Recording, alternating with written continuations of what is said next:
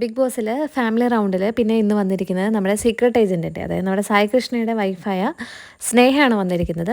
നമുക്കറിയാം സായി കൃഷ്ണ എന്ന് പറയുമ്പോൾ സീക്രട്ട് ഏജൻറ്റ് എന്നുള്ള രീതിയിൽ ഒരു വളരെ ഫേമസ് ആയിട്ടുള്ള ഒരു യൂട്യൂബർ ആയിരുന്നു. ആളുടെ റിവ്യൂസും ആളുടെ ക്രിറ്റിസിസവും ഒക്കെ നമ്മൾ കണ്ടിട്ടുള്ളതാണ്. പക്ഷേ എക്സാക്ട്ലി അതിൻ്റെ ഓപ്പോസിറ്റ് ആയിട്ടുള്ള ഒരു സായി കൃഷ്ണേനെയാണ് നമുക്ക് ബിഗ് ബോസ് ഹൗസിൻ്റെ ഉള്ളിൽ കാണാൻ കഴിഞ്ഞത്. അതിൻ്റെ കാരണം എന്താണെന്ന് നമ്മളിന്ന് സായിയും സ്നേഹം സംസാരിക്കുന്നതിൻ്റെ ഇടയ്ക്ക് നമുക്ക് വ്യക്തമാണ്. ആൾക്ക് ആക്ച്വലി ഒരു കപ്പടിക്കുന്നതിനേക്കാൾ കൂടുതലായിട്ട് അവിടെ കുറേ കാര്യങ്ങൾ, ഒരു നല്ല വ്യക്തിയാണെന്നും കുറച്ച് ബന്ധങ്ങളുടെ പ്രശ്നങ്ങളുണ്ടായിരുന്നു.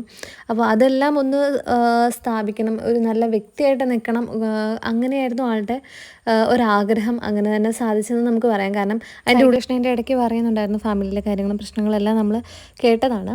അങ്ങനെ സായി കൃഷ്ണയുടെ അച്ഛൻ ഇന്ന് നമ്മൾ അവിടെ വീഡിയോ കോൾ നമുക്ക് കാണാൻ പറ്റില്ല. ലൈവിൽ വീഡിയോ കോൾ വിളിച്ച് സംസാരിക്കുന്നത് കാണാം. ആൾക്ക് സായി കൃഷ്ണ ജയിക്കണം എന്നാണ് ആഗ്രഹം എന്ന് വളരെ സ്നേഹത്തോടെ സംസാരിക്കുന്നതായിട്ട് നമുക്ക് കാണാം.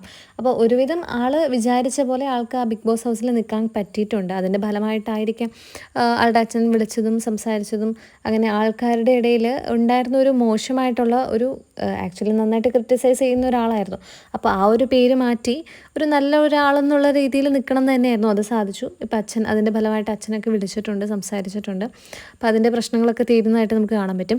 പിന്നെയുള്ളൊരു കാര്യം എന്ന് പറയുമ്പോൾ ആൾ കുറച്ച് ഡൗൺ ആവണം. അത് ആളുടെ പട്ടിക്കുട്ടി, ആൾ ഭയങ്കര പെറ്റ് ലവറാണ് നമ്മൾ ഇടയ്ക്ക് കേട്ടിട്ടുണ്ട്. അതിൻ്റെ പെറ്റ് ലവറായിട്ടുള്ള ആളുടെ ഒരു പട്ടിക്കുട്ടി എന്തോ മരണപ്പെടുകയോ എന്തോ സംഭവിച്ചു. അത് സ്നേഹ വ്യക്തമായിട്ട് ആളോട് പറയുന്നില്ല. പക്ഷേ ആൾക്ക് സ്നേഹയുടെ ഭാഗത്തിൽ നിന്നും സംസാരത്തിൽ നിന്നെല്ലാം മനസ്സിലാക്കി എടുക്കാൻ പറ്റി. അപ്പോൾ അത് കഴിഞ്ഞപ്പോൾ ആൾ ഭയങ്കര ഡൗൺ ആയിട്ട് ഇനി കളിക്കാൻ പറ്റുമോ, മുന്നേറാൻ പറ്റുമോ എന്നൊരു ഡൗട്ട് പറഞ്ഞു. ഞാൻ ഭയങ്കര ഡൗൺ ആണ്, ഞാൻ ഒട്ടും ഓക്കെ അല്ല എന്നൊക്കെ പറയുന്നുണ്ട്.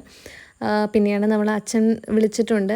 എല്ലാം കൂടി ഒരു ഫാമിലി റൗണ്ട് എന്ന് പറയുമ്പോൾ ആക്ച്വലി ഭയങ്കര ഇമോഷണലാണ്.